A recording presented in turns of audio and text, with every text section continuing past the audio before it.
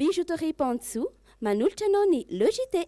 Fa ahoana kina tandry mampafotsy an'ireo ohatr'izao satria za mampiasa Blossom White. Blossom White, éclaircit votre peau.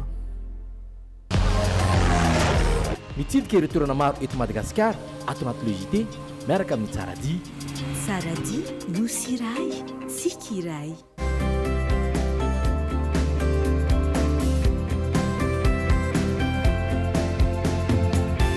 Sanifère, le meilleur. Ilay tsara indrindra e, hatramin'izay ka hatramin'izao. Sokobis, manolotra anao ny Logité. Telma, safidiko numéro 1 malagasy manolotra ho anao.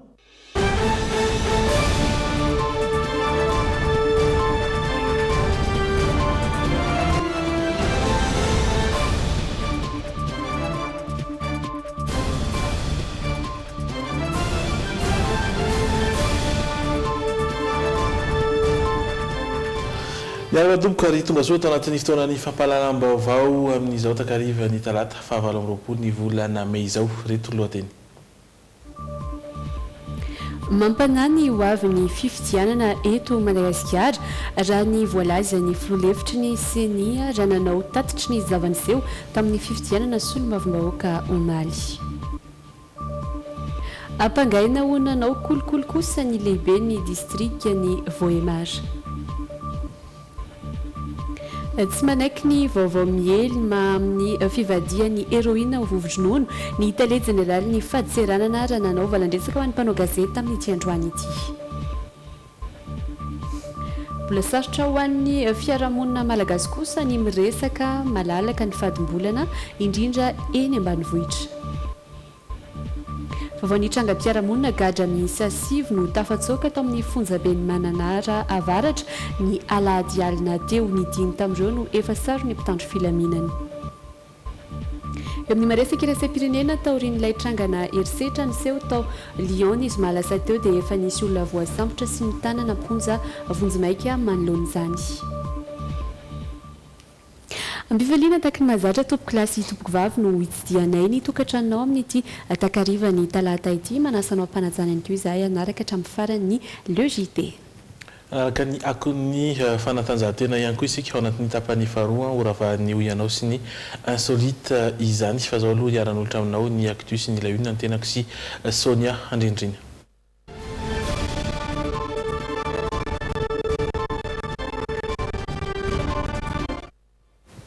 Mialohanantsika ny vaovao dia tsara ny mampitsidika ny vaovao tsy mbola ofisialy ny amin'ny vokany mpifidianana solombavambahoaka lasa teo indroa isan'andro manko aloha no mampahafantatra ny fivoaran'ny fironam-bokatra vonjimaika na ny tendance isaky ny distrika ny CENI ny ainga avy amin'izay ihany koa no nanaovana tombana ny seza mety ho azony ireo candidat araky ny tsara rahantsika tahaka izao ary dia nahazo seza 13 ny candidat atolotry ny Kotim tamin'ireo faritra araiky amby roapolo efa nazona isam-bato vonjimaika aloha raha toka 20 kosa ny seza azony IRD mbola vonjimaika ary tsy ofisialy ireo isy ireo raha toka 7 kosa ny seza ho an'ireo mahaleo tena misy ihany koa nefa ny antoko hafa izay nahazo ampahambato betsaka isan'izany ny avao amin'ny MTS izay nahazo seza iray tany amin'ny faritra Atsinanana izay aloha raha ny atotanisa izay voarantsika avy tany amin'ny CENI tamin'ny alalan'ireny voka-pifidianana vonjimaika izany hoe tsy ofisialy ireny no nahafahana nanao ity tombatombana isa na seza ity avy anatrany fa tsy mbola ofisialy fa mbola vonjimaika ary ny tombana izay nataontsika teto amin'ny Logité no nahafahana ny jeren'ireny aloha hatramin'izao mariana fa ianao ihany koa dia afaka mitsidika izany ao amin'ny tranokalan'ny CENI na manaraka ny vaovao izay omen'ny CENI amin'ireo fampitana ny vokatra vonjimaika isika eto amin'ny Logité dia hiezaka ny tatitra izany raha toka tsy dia misy hatrany ny fiovana. Fa omaly alina tamin'ny valiora sy fahatelona no tonga teny amin'ny CENI ny voka-pifidianana voalohany avy any Ambohimasoa araka ny fampitam-baovao voaray androany maraina. ny voa avokoa amin'ny akabeny ny birao fandatsaham-bato manerana ny nosy na izany azy tamin'ny folora sasany vao nisokatra ny birao tany amin'ny distrika ny maintirano no ny fahatarany fakana ireo fitaovana nampiasaina tamin'ny fifidianana omaly indeo arahantsika ny tatim-baovao mahakasika izay hoentiny miaro sorotsoravaka. Raika amby 300 ny taham-pandraisana anjaran'ny mpifidy raha ny atotanisa vonjy maika avy amin'ny seni isan'ny ambandrindra satria 100 zany ho an'ny distrika na Gazobe sy ny distrika na Ambovombe. Sokajiana ho ambondrindra kosa ny tao amin'ny distrika na Ambositra izay nahatratra 950 ny taham-pandraisana anjaran'ny mpifidy. Tamin'ny fifidianana filoham-pirenena farany teo tany amin'ny ray maraina vao nisy vokatra tonga alina zany dia tamin'ny 9 ora sy 7 alina efa tonga ny vokatra voalohany avy any Ambohimaso nanaraka an'izay teo Antananarivo fahaenina tany Toliara voalohany ary nitetsy Avaradrano tamin'ny 7 ora alina. Amafisin'ny seni fa tsy ilaza izay kandida lany ny voka-pifidianana avoakan'izy ireo fa anjarany fitsarana avy momba ny lalam-panorenana no manonona ny anaran'izay ho voafidy solom-bavam-bahoaka. Azon'ny kandida atao kosa nefa ny mangataka fampitahana ny voka-pifidianana raha toa misy ny mampiaya. PV an'ilay confrontation no atao dia iny PV iny no alefa makany amin'ny ACC raha hita fa misy tsy fitoviana eo amin'ny tanana ny solona fa tsy misy zavatra azo vala na iny niveau SRV na eto an'RDC. Mariana fa nisokatra avokoa ireo birao fandatsaham-bato mahery ny 5 alina manerana ny nosy ny andro ny fifidianana solom-bavam-bahoaka raha ny tatitry ny seni saingy tsikaritra fa tara ny fanombohan'ny latsabato toy ny tao amin'ny birao fandatsaham-bato ny komune Peraketa distrika ny Maintirano izay tsy nisokatra raha tsy tamin'ny 10 ora sasany maraina no ny fahatarany ny fakana ireo fitaovana nampiasaina anatanterahana ny fifidianana solom-bavam-bahoaka. Ijanona iny amin'ny sony ihany isika satria mampanahy ny ho avy ny fifidianana eto Madagasikara hoy ny filoha lefitry ny sony.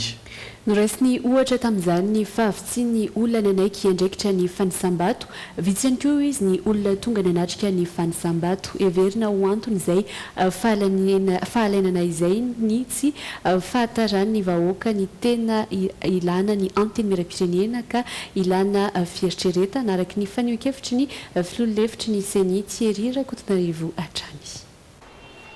Nanotombo aza ny deleguen'ny kandida teny amin'ireo birao fandatsaham-bato tamin'ny fifidianana ny 17 meteo mampanahy ny ho avy ny fifidianana eto Madagasikara hoy ny filoha-lefitry ny seni. Ny antony vitsy ny olona nanaiky isana ny andraikitry ny mpanisavato vitsy tahak'izay ihany koa ireo nanatrika ny fanisambato. Mieritreritρα zany io androm-panjakana io hoe ny androm-panjakana teny miram-pirenena tokoa ve fatany vahoaka tokoa ve ny zavatra ilana azy tena ao anatin'le zavatra eritreretin'ny vahoaka nandrasana aminy tokoa ve ny natao fanontaniana mipetraka avokoa zany fa mety ho antony mahatonga an'izay zavatra. Nitondran'ny seni fanampanazavana ankoatr'izay ny olana eo amin'ny lisym-pifidianana izay nampitaraina ireo olom-pirenena tsy afanandasabato omaly. Noraisina ohatra teto ny momba ilay mpanao gazety ny fidy teto Antananarivo tamin'ny 24 saingy lasan'ny Thomas Nindray tamin'ny ity fifidianana solom-bavam-bahoaka ity.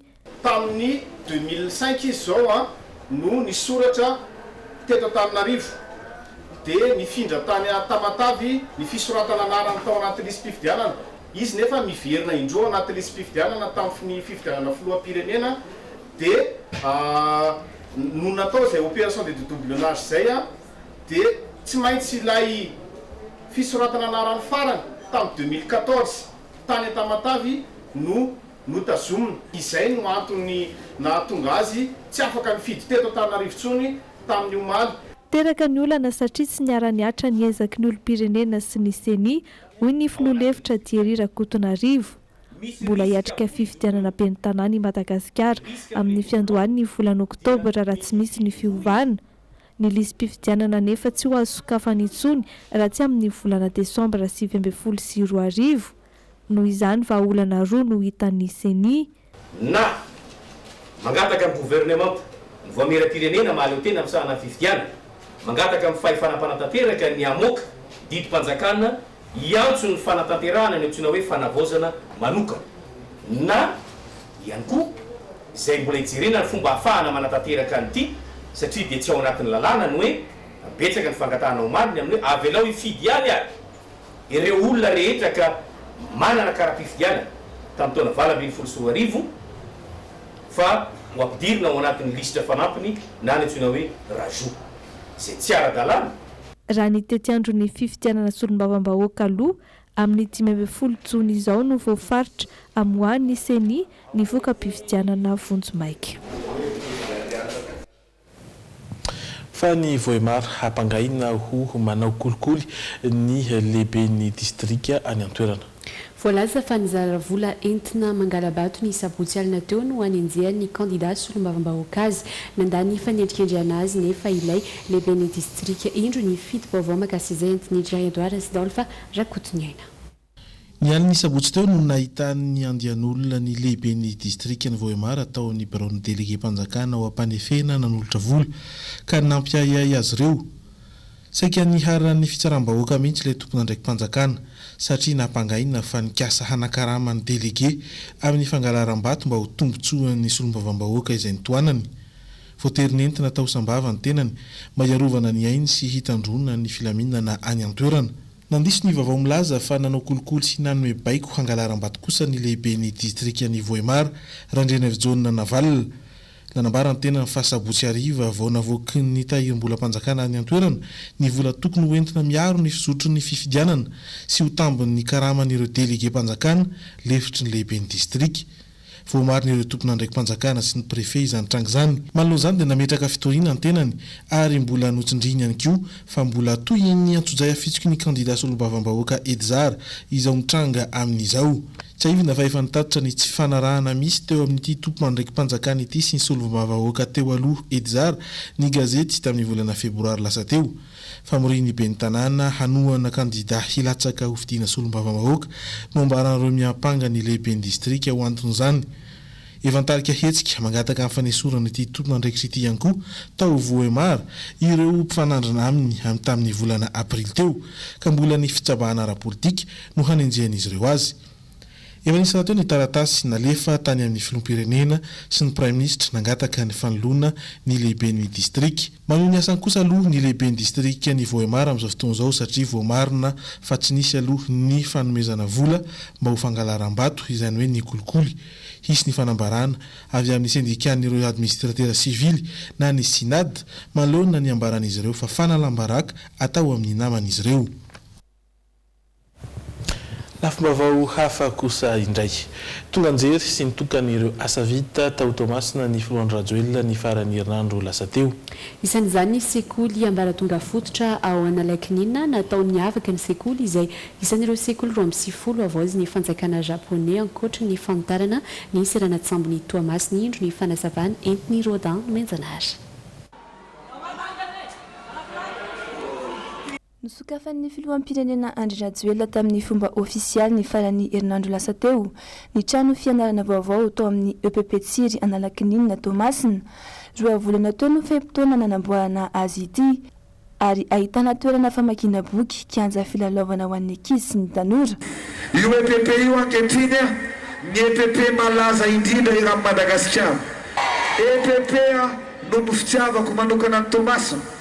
De Tomasina no nanaovana ny EPP manara-penitra voalohany eto Madagasikara.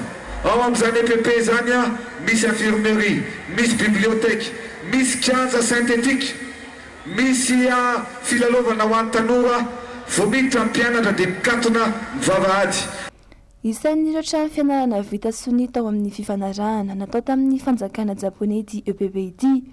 Ankoatran'ny fanitarana ny Seranatsambo mantsy nanome tokony fanjakana japonais fa anangana trano fianarana misy 20 ato anatin'ny faritra Atsinanana izay miparitaka amin'ireo distrika 7 mandrafitra ny faritra. Raha tsy ahivina moa dia ny volana Jolay 20 sy 20 lasa teo no nanokanan'ny filoha era-jonary mampianana ny sekoly voalohany teto amin'ny EPP Tody Velona Raphaël Ankirihiry sy ny EPP Lafoire. Fa ankoatran'izay tonga nitsidika ny kianjan'ny stadium teto Tomasina ihany koa ny filoha Andry Rajoelina. kianja izay nolazainy fa ho vitana tao anatin'ny 2 volana ary ho tokanana mialohan'ny fankalazana ny fahatsiarovana ny nahazahoan'ny Madagasikara ny fahaleovantenany. Fa araky ny nivoaka tamin'ny iny herinandro iny dia tsy noravana araka ny fampanantenan'ny filoha aloha nandritra ny fampelezan-kevitra izay nataony sy ny antenimiran-dolona. Nampisavorivory isan'ny mpanara-baovao ny hoe mifanaraka amin'ny lalam-panorenana ve ilay fanapahan-kevitra navoaka nandritra ny filan-kevitry ny minisitra Satsy tsy niandrela ny sabotsy 20 Mey teo nankatoavy ny fitsarana avo momba ny lalam-panorenana izany ary nambarany fa ao anatin'ny fanajana ny lalam-panorenana tanteraka ny fametrahana izany. Rina Andriamalala sy Dolfa Rakotoniaina. Mifanaraka amin'ny voalazan'ny lalam-panorenana ny fanapahan-kevitra momba ny fampihenana ny isan'ny loholona ho 20 raha ny fanapahan-kevitra navoaka ny fitsarana avo momba ny lalam-panorenana ny sabotsy 20 Mey lasa teo. Voamarika ao anatin'ny DDNQ famelajaina ary ampanarana ny lalam-panorenana trany ny fitsinjarana io isa vaovao io. Fidina ny roapatelina ary tendrena ny ray apatelina. Tetsekilany nilaza ny filohan'ny antenimieran-dolona fa tokony amita ny fotoam-piasany ireo loholona perinasa mialohan'ny hitondrana ny fanovana vaovao. Ny fantainany mipetraka hoe rovina angamba efa fantatrareo voaingana kely no fanamaly ny ACC tsy azo ahena ny ataontsika hoe ny fotoana ampiasan'ny ireo député ireo sénateur voafidy sy ny tendrena. Dia zareo ny amaly azy zany fa zaty zamo no anina amin'ilay izy fa zay fotsiny zany mampirorosainan'ny olona fa toko hoe fa mazava tsara angamba zany. Azon'ny fitondrana atao tsara nefa ny mampifanaraka ny isan'ireo loholona amin'izay hitany fa mampandeha ilay androm-panjakana raha ny fanazavana nentin'ny filohan'ny antenimieran-dolona trany. Notsindriny tamin'ity fotoana ity ihany koa ny momba ilay mpiamban'ny antenimera voatonana amina resaka kolikoly. Ho azy samy manana ny fiainana manokana ny tsirairay amin'ny maha olo-tsotra azy ary manana ny fiainana amin'ny maha olo-panjakana azy. Mba gaga ihany mijery nga tsy misy tsony mihitsy ny secret d'instruction fa dia ohatrany rehefa tiana avoakana ny gazety zavatra mbola tsy mandeha akory dia efa zay aloha no eny amin'ny gazety. Tsy manana ampanao gazety fa ny olona mamoaka azy. Mazava ny afatra misy tandrefaka eo anivon'ny birao misahana ny ady amin'ny kolikoly. Andriamarito Rivarakotovao filohan'ny antenimieran-dolona no nitafa tamintsika teo. Fa naraka tokam-barotra aloha isika hiverinety rehefa avy eo. Mitoy ny logité izy eritrangampiaramonina vaovao ara-toe-karena ary ny ara-tsosialy isika atao anatin'ity toy ny ity. Tsy manaiky ny vaovao izay miely amin'ny hoe fivadian'ny rongony héroïne vovon-dronono ny tale général ny fahatiranana. Ho azy nanomboka tamin'ny fanagiazana ireo zava-mahadomely ireo ny volana oktobra 2024 dia notehirizina tamin'ny toerana voatokana izay tsy azony olona idirana ireo héroïne ireo mandrapatonga ny fotoana irosoana amin'ny famotehana izany. Andrasana kosa amin'izao fotoana ny fitiliana manaraka iarahany sampany fitsarana miady amin'ny kolikoly na ny bac miaraka amin'ny fahatseranana. Niteraka resabe ny fanambarana nataon'ny mpikamba ny fahatseranana ny zoma teo mikasika amin'ny fivadian'ny héroïne ho lasa vovon-dronono. Raha ny fanazavana nentin'izy ireo dia efa ny volana desambra 2024 no nangataka lalina tamin'ny sampany fitsarana miady amin'ny kolikoly na bac izy ireo amin'ny amotehana izany. Tsy nahazo valiteny mazava izy ireo ary naverina ny fangatana ny 14 martsa teo ary nahazombalina fa ho tanterana ny 13 Mey. Nanaitra ny maro anefa rehefa nataony fitiliana fa nivadika ho vovon-dronono ilay héroïne 20 kilao mahery. Dia tamin'ny 23 teo moa 23 Mey 2019 teo no hoe andeha ho atao le destruction. Fa rehefa natao moa ny test dia nilaza ny valin'ny test hoe inconclusive ilay test izany hoe misy dikan'izay raha ara-teknika. Ny fisian'ny tandrevaka no mbiantsaina voalohany taorian'ny fanambarana. Ny tale général izay mbola manizingizina ny idirana izay mbola hafa anamarinina fa héroïne tokoa ny mbola hita tao atoerany. Ny alika tena afana manome inoty valiny tena mahafapo satria ny alika zany ambony be ny fomba afana ny détecter ny drogue. Midikany hoe inconclusif tsy midika hoe tena terme ampiasaina moa négatif fa misy paramètre PDB no tafiditra anatin'le appareil dia raha ohatra ka tsy mifanaraka amin'le appareil dia manome an'le inconclusif zay tsy midika hoe tsy drogue le izy fa mety misy ny fomba hafa koa ahafahana miteste an'le izy araka ny resako hoe raha nisy alika teo dia ny alika nampanaovana anazy azo atao koa mandefa an'izy amin'ny laboratoire dia zay zany mety hoe vahaolana manaraka hoe alefa amin'ny laboratoire le izy dia ano ty manome an'le valiny hoe tia ny zavatra misy anatin'le produit na tena hoe miova marina le izy. Marina fa ny 17 ny volana oktobra 2022 no nogiazina tamina tera tamin'ny Béninois roa teny amin'ny seranam-piaramanidina Ivato ireo héroïne milanja 20 kilao mahery ireo. Fa eo amin'izay zava-mahadomely izay ary misy fiantraikany amin'ny fahasalaman'ny avokavoka ny fifohana sigara na ny fihinanana paraky. Maro anefa ireo olona no tsy afaka amin'ny fiankinan-doha amin'izay zava-mahadomelina izay. Misy fomba roa ny fialana aminy izay miankina amin'ilay olona mifoka sy mihinana ireo zava-mahadomelina ireo. Fenoaja Ariana sy misy Razafin-Jatovo no mitondra izay fanadihadiana izay. Zava-mahadomelina anisan'ny be mpanjifa ny sigara raha toa ka any ambanivohitra no ahitana mpihinana paraky be indrindra. Tranga misy eo ihany koa ny mpivoaka sigara lasa mihinana paraky noho ny tsy fananana ny hoenti-manana amin'ny fifidianana sigara. Nanomboka 20 taona afoka sigara dia nanandrakandrana. Dia tsy mety afaka tsony. Nandray tsy betsaka ny laniko fa eo amin'ny 7 isan'andro. Zay ihany fara-fahabetsany. Fa sepitra ihany aloha zao rehefa mandeha mafimafy dia sepitra. Rehefa mifoka sigara mihoatra ny 4 ny olona iray ao anatin'ny iray andro no atao hoe miankin-doha amin'izany raha ny fanazavan'ny mpitsabo. Sarotra ialana ny sigara kanefa ilaina ny miala amin'izany noho ny aretina aterany manimba ny fitaovam-pisefona. Azo atao tsara nefa ny miala amin'izany raha ny fanazavana hatrany. Ny sigara sy paraky moa zany dia zava-mahadomelina izay manaitaitra kokoa ny fiasan'ny ati-doha. Samy hafa ny fomba fihinana azy satria ny iray arapaka ny paraky ny sigara foana. Saingy rehefa tonga ao anatin'ny vatana dia mitovy ny asan'ny setro-tsigara izay mitondra poizina sy ny rora hoentin'ilay paraky miditra ao anatin'ny vatana izay mety hanimba ny tova maro samy hafa. Voalohany indrindra ny fanirian'ilay olona te hiala sigara. Zava-dehibe izay ary rehefa maniry ny hiala sigara ilay olona dia mankafy na tia le hiala sigara. Izany hoe tsy dia ilaina loatra izany ny fanerena fa le finiavana ao anatiny dia zava-dehibe ary rehefa manana an'izay faniriana sy finiavana izay izy dia azo atao mihitsy ny hoe vita ny miaina tsy misy sigara. Mila toe-tsaina zany izy io hoe vita ny miaina tsy misy sigara dia mazava loatra moa fa misy ihany eo ny torolalana izy omen'ny mpitsabo fa misy koa ny finiavana avy aminy ohatra hoe tsy mividy sigara, ohatra manala ny sigara rehetra manodidina azy. Isy ny fizana manokana mahakasika izay ny sabotsy sy zoma ho avy izao ao amin'ny tahalarary asina Analakely. Isy ny torolalana sy fanafody ahafahana miala amin'ny fiankinan-doha amin'ny zava-mahadomelina mandritra izany. Ijery ny sehatra ny fahasalamana ao amin'ny tontolon'ny asa indray isika. Niakatra 10 ny aretina voasokajy ao anatin'ny lisitry ny aretina izay ateraky ny asa raha ny fanazavana voaray. Taorian'ny fitarainana voaray tamin'ireo mpiasa manerana nosy no nafahana nanavao izany raha toka 770 azafady hatrizay. Tanjona amin'izay ny ahafahan'ny mpiasa rehetra hisitraka ny zony izay tafiditra anatin'ny fiahiana ara-tsosialy ny fanazavana entiny Pierre Razafin-Dramanana sy Aina Raonna. Miisa 770 hatreto ny isan'ny aretina izay nisokajiana ho aretina azo avy amin'ny asa.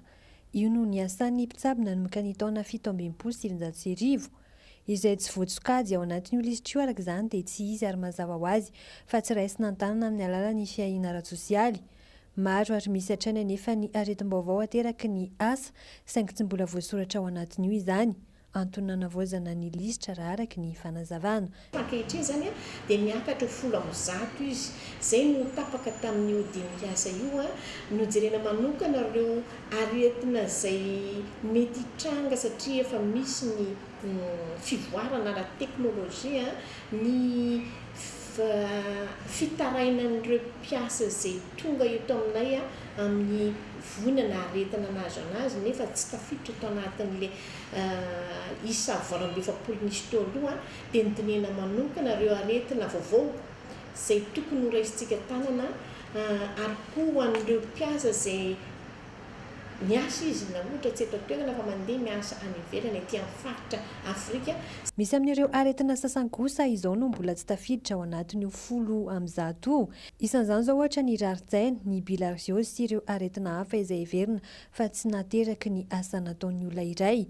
12 andro aorian'ny fidiran'ny mpiasa ao amina orinasa iray kosa no tokony hanana ny fiahiana ara-tsosialy sy ara-pahasalamana izay zony ary andraikitry ny orinasa no manotra izany ho azy ireo. Mitsabo rehetra ny faritra ireo zany mahita nitrangana aretina misy aminy izay nampiakatra nio salanisa ho 10 amin'zato io nisy trangana aretina nisy tany amin'ny faritra tsirairay izay misy anazy ireny dia noraisiny izay nidinihan'ny manam-pahaizana rehetra nandritran'izay atelier izay.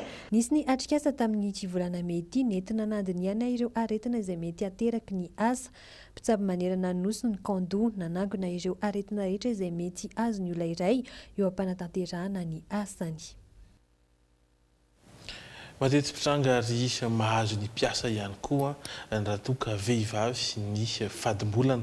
Mbola sarotra ho an'ny fiarahamonina malagasy ny miresaka malalaka mikasika izay fadimbolana izay indrindra any ambanivohitra.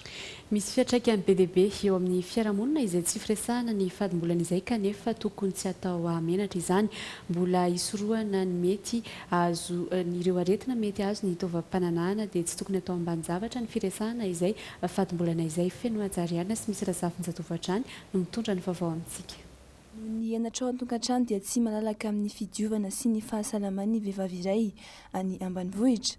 Araka ny fanazavana, mbola maro ireo tokantrano no manasikady ny vehivavy tonga fadimbolana ho maloto. Vehivavy sy tovovavy 300 tapitrisa isan'andro no tonga fotoana maneran-tany, ka ny iray ampantelon'ireo dia tsy manana ny fahefana mampiasa rano madio amin'ny fidiovana na ihany koa tsy manana ireo fitaovana ilaina amin'izany. Rehefa tonga fadimbolana dia voalohany indrindra aloha mila madio satria raha ohatra hoe maloto ianao dia hafa foana fijerin'olona anao dia tokony adio izany. Dia rehefa tonga kosa fotoan'izay dia tokony hoe amin'ny eny no miresaka za manokana. Manamafy izany ihany koa ny mpitsabo fa tokony tsy atao ambany zavatra ny fikarakarana ny vatana rehefa tonga fadimbolana. Mandritra ny fivoahan'ny raina iny moa zany raha ao anatin'ny tranonjazy ny mivoaka iny dia somary mora idiran'ny microbe koa zany ny amin'ny fivavianao satria le misy an'le fangaro amin'le raha ary ny fivaviana moa amin'ny ankapobeny fa faritra somary mandomando dia mora mandray microbe amin'ny ankapobeny. Ny fadiovana ny tena zava-dehibe indrindra aloha fadiovan'ny rano izay ampiasaina raha ny ambanivohitra moa satria ny rano any indraindray tovozina eny amin'ny tambary na eny amin'ny renirano eny amin'ny loharano dia aloha ampangotrahana mihitsy ilay rano avy eo tatavanina dia avy eo avela amintsika indray andro iny no ampiasaina.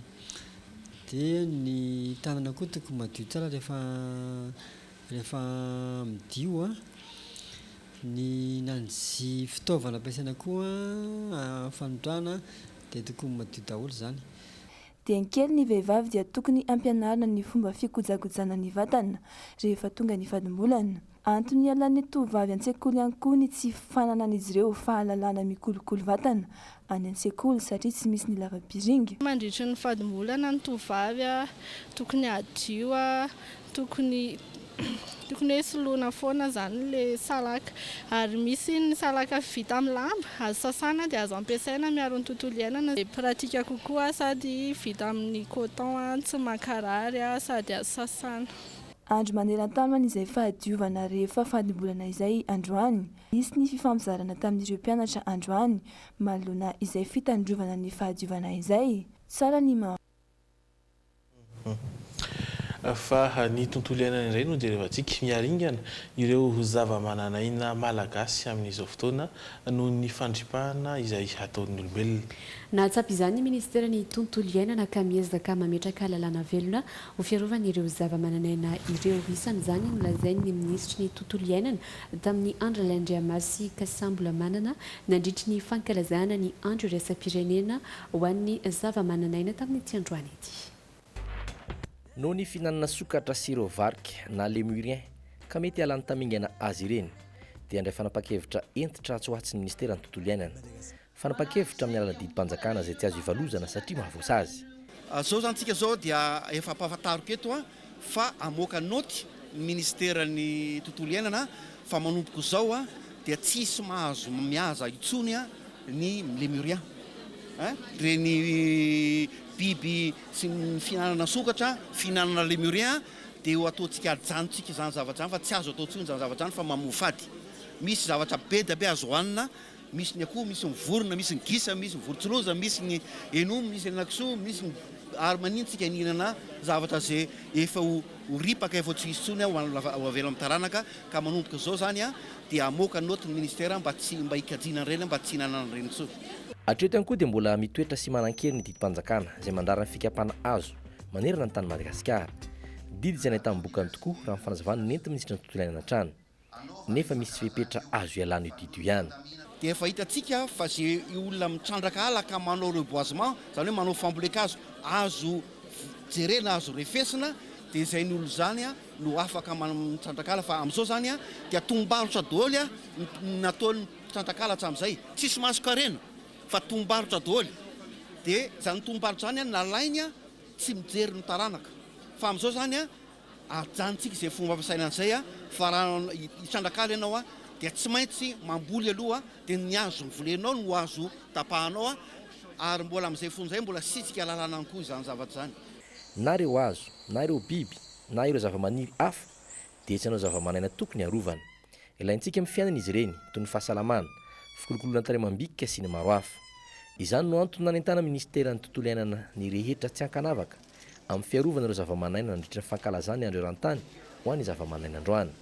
Notokana androany ihany koa ny trano be Soanala tetsy Ambatobe.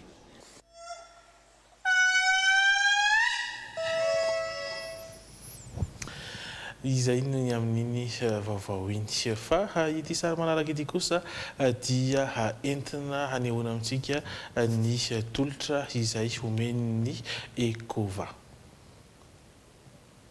20 taona ny Ekova manakoako manerana Madagasikara izay taom-pankalazana izay satria 20 taona zany efa tena matotra mihitsy zany raha ohatra ka olona ny resahana.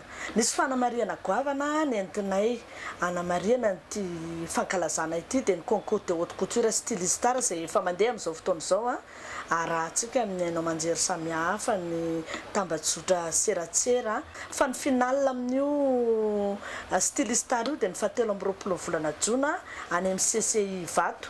Hitantsika manaraka eo ihany moa ny fampahafantarana maro samihafa fa efa tena ao anatiny izay concours de haute couture izay tanteraka moa tsika amin'izao fotoana izao. Ny fidirana manaraka eto amin'ny Ekova dia ny voalohany sy ny fahatelo ary ny fahaefatra ny volana Jona ho avy izao. Efa manakaikikaiky koa izao ny cours de vacances dia efa miomakomana tsara tsika. Ny ato amin'ny Ekova moa misy safidy maromaro raha te hianatra ato ianao, mety hanao an'ilay lamaody ianao dia mety ihany koa ianao hanao an'ilay décoration intérieure dia eo ihany koa ny formation sac et chaussure fa eo ihany koa ilay fiofanana fohy ao anatin'ny herinandro monja na 2 herinandro dia ny formation machine industrielle izany. Ato amin'ny Ekova daholo misy an'izay malalaka ny safidinao hoe inona ny tianao ianarana dia afaka mijery ihany koa nareo amin'ny Facebook Ekova page officielle ao amin'ny Facebook raha ohatra ka izay koa metimety aminao. Voavy nanatanteraka fanadinana ara-panjakana zao ny Ekova nanampiadina 27 manerana Madagasikara izay nitanterahana tamin'ny faraka amin'ny 22 volana May lasa teo. Nazavarindrina any amin'ny sekoly fianarana kely tsy misy dika ny any anelakelan-trano ataotao kely any an-trano any domicile sy ny karazany fa manatona ny sekoly lehibe rehefa hianatra fa ao ianao azo antoka tsara ny fianarana sy ny safidinao sady sekoly manana ny fankatoavana fanjakana. Izay ato mikasika an'iny fa ijery trangam-piarahamonina izika gadra miisa 5 no tafatsoka tao amin'ny fonjam-peny Mananaravaratra ny alin'ny alahady lasa teo ny 5 tamin'ireo no efa saro ny mpitandro ny filaminana. Ny iray izay voatifitra teo amin'ny tenda nandritry ny fifanjevona mbola mitoy kosa ny fikaroana ireo 4 ambiny nanambara moa ny manam-pahefana any an-toerana fa fandikan-dalàna hafa koatra izay efa niampangana ireo voafonja ny fitsoahana tahaka izao misy araka izany isazy hafa mety omena ireo tratra dia ho alantsika ny fanadihadiana. vaky tamin'ny alady lasa teo ny fonjabe ny manana ravaratra gadra misy asivy tafatsoka tao anatin'ny fahatapahan-jiro tokony ho tamin'ny 7 alina nanararoatra ny korotana ireo voafonja raikitra ny fifanosehana ny vavahady nisy ireo voaka tamin'ny vavahady nisy ihany koa ireo nikasa hitsambikina avy any ambony tafotrano nanao ty fidanitra ampitahorana azy ireo ny mpiambina saingy tsy nahasakana ny fahasahiny hitsoaka izany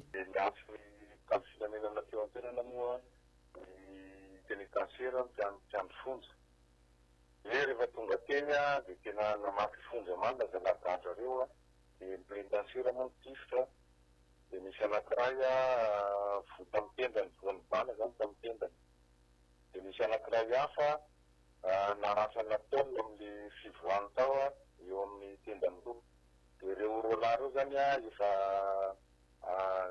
natendany amin'ny hôpitaly dia ny azony 27 maraina dia zany le 27 maraina tamin'ny ray maraina teo zany misy anankiray tratran'ny eleman'ny polisy dia ny 27 tokony tamin'ny 1 atoandro misy anankiray hafa indray tratran'ny gendarmerie dia 27 tamin'ny fito sasany ariva teo mbola misy ray hafa tratran'ny gendarmerie zany hoe telo zany ny efa tratra efatra zany mbola gadavy latreto mbola manaraka fitsaboana amin'ny hôpitaly ilay voatifitry ny mpitandro ny filaminana amin'izao fotoana nitondra fanazavana trany ny manam-pahefana any an-toerana fa fandikan-dalàna hafa ankoatry ny efa ny ampangana ireo voafonja ny fitsoahana tahaka izao enjana kokoa ny sazo mbola mety ho azon'izy ireny tsy maintsy anaovan'ny mpiandro fonja taratasy fiampangana vaovao indray izay arahana fiakarana fampanoavana avy eo anjarany fitsarana ny manapaka ny sazy tokony omena ireo gadra nitsoaka aorian'izay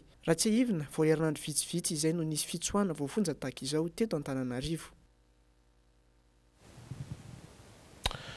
Fa andrasana etsy amin'ny toeram-ponenany etsy Manjakaray kosa ny vata mangatsiaka ny Mijo avy ao amin'ny Tarikarikalavazo. Tazany an-toerana avokoa ireo mpanakanto sy mpiara-miasa sasany tamin'ny Mijo samy nilaza izay fahatsiarovana farany niarahana tamin'ny Mijo izy ireo i Mijo izay namela mamy teo amin'ny Tarikarikalavazo teny an-toerana mitatitra izany Pierdina Razafindramanana sy Aina Rahona. Nangina ny zava-maneno ny Mijo nijanona ny feon'ny Caron izay isan'ireo nahafantarana azy tao amin'ny Tarikarikalavazo.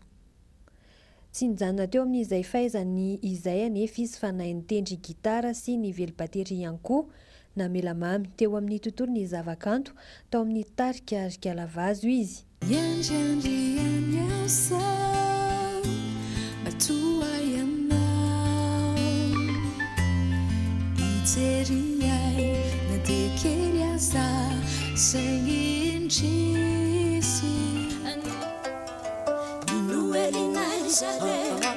Awatalo bungu mangingi Batimba loka furu tiluza Asusu wana kituza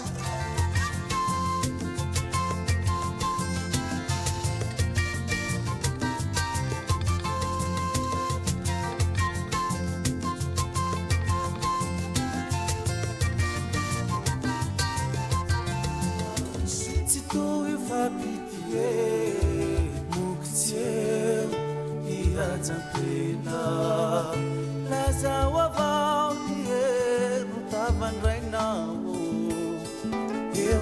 Teo amin'ny fahaefatra amby 30 taona no nindaosy ny fahafatesana i Mijo ny fahatapahana lalandra no voalaza fa nahafaty azy ary efa nangataka fanampiana hitsaboana azy any ivelany ny fianakaviana saingy tara loatra izany. Fa ohatra ary tsy nahita ambara araka izany ireo mpanakanto namana sy avy amin'ny manoloana izay tranga izay. Izay toerana andalovany na olona miresaka aminy dia tonga direct aminazy izy mitsikitsiky be foana dia na izay ao amin'ny famiara dia ohatrany hoe tsy malahelo izany mihitsy rehefa mahita anazy satria vao miditra an-trano izy dia mitsiky.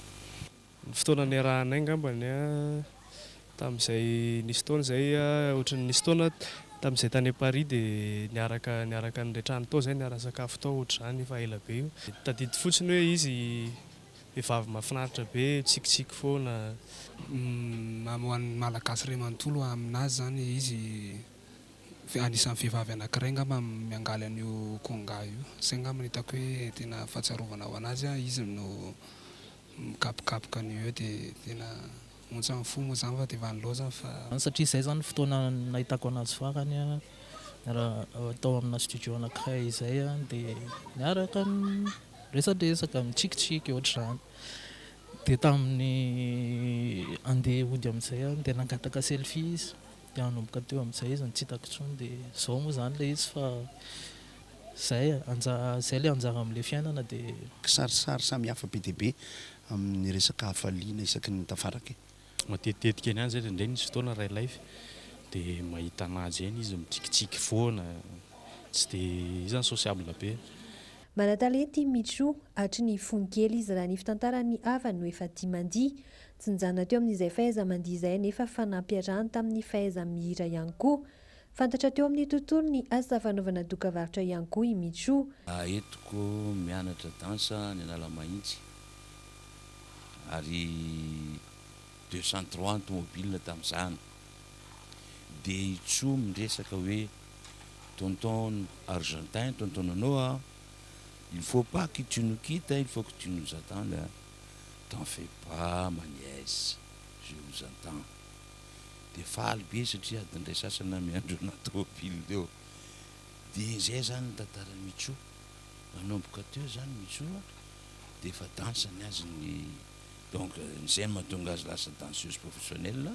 Raha ampitso no alevina ny vata mangatsiaka ny Michou tsy mbola nanome vaovao mikasika ny mety ho fiovan'ny tarika kosa hatreto izy roa vavy izay mpiara-mihira aminy.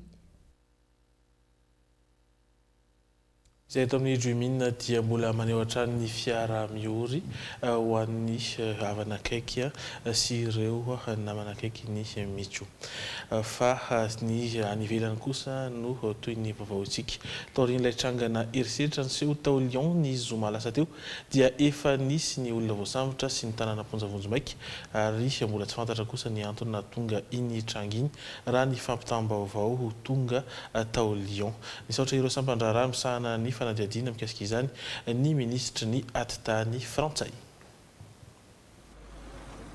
Olona efatra omaly no voasambotry ny polisy misahana ny famotorana taorian'ilay fipohanan'ny tranga tao Lyon ny zoma lasa teo. Lehilahy iray 20 taona izay ahina ho nametraka ilay finosana sy ireo ray aman-dreniny ary olona iray akaiky azy ireo no voasambotra raha ny loharano vaovao. Tsy namaly nanohitra ireo mpitandro filaminana ny sambotra azy ilay lehilahy ahina ho tompon'antoka tamin'ity fipoahana ity. Nisy ihany kosa ny fizavana natao tao amin'ny trano ity fianakaviana ity. Tonga tao Lyon moa no ministra ny atitany frantsay Christophe Castaner omaly ariva ary nanao fanambarana mikasika ny fanadihadiana natao. 72 heures. Les services se sont totalement engagés. Tsy nitsatry ny asa sy nikarika ireo sampandraraha misahana ny fanadihadiana sy ny ango-baovao tao anatin'ny 12 ora. Nananosatrotra ny fanadihadiana tany am-boalohany satria vitsy ny pirofo. Na izany aza nahafahana nanao fihainoana antso an-taroby 300 tao amin'ireo.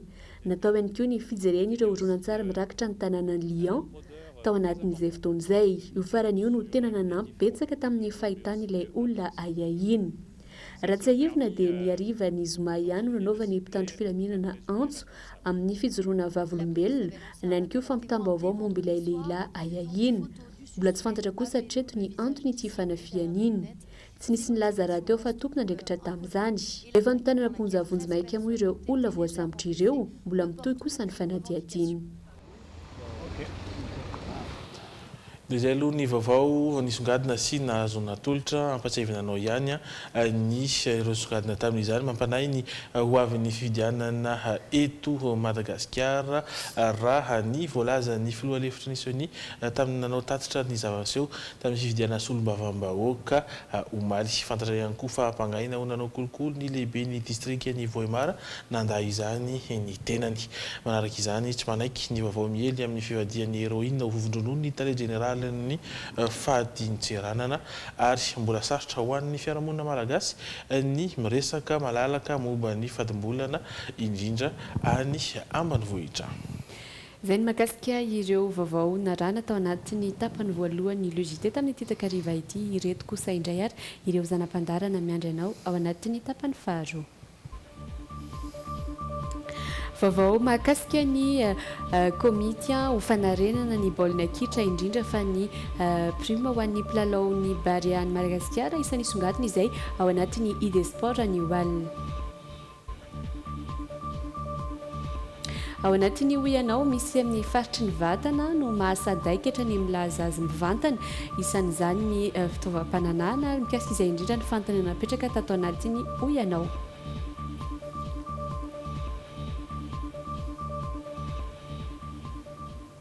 Andeha isento vetivety ato anatin'ireto dokam-barotra vitsy ireto isika dia miverineto manaraka ireny zanam-pandarana ireny.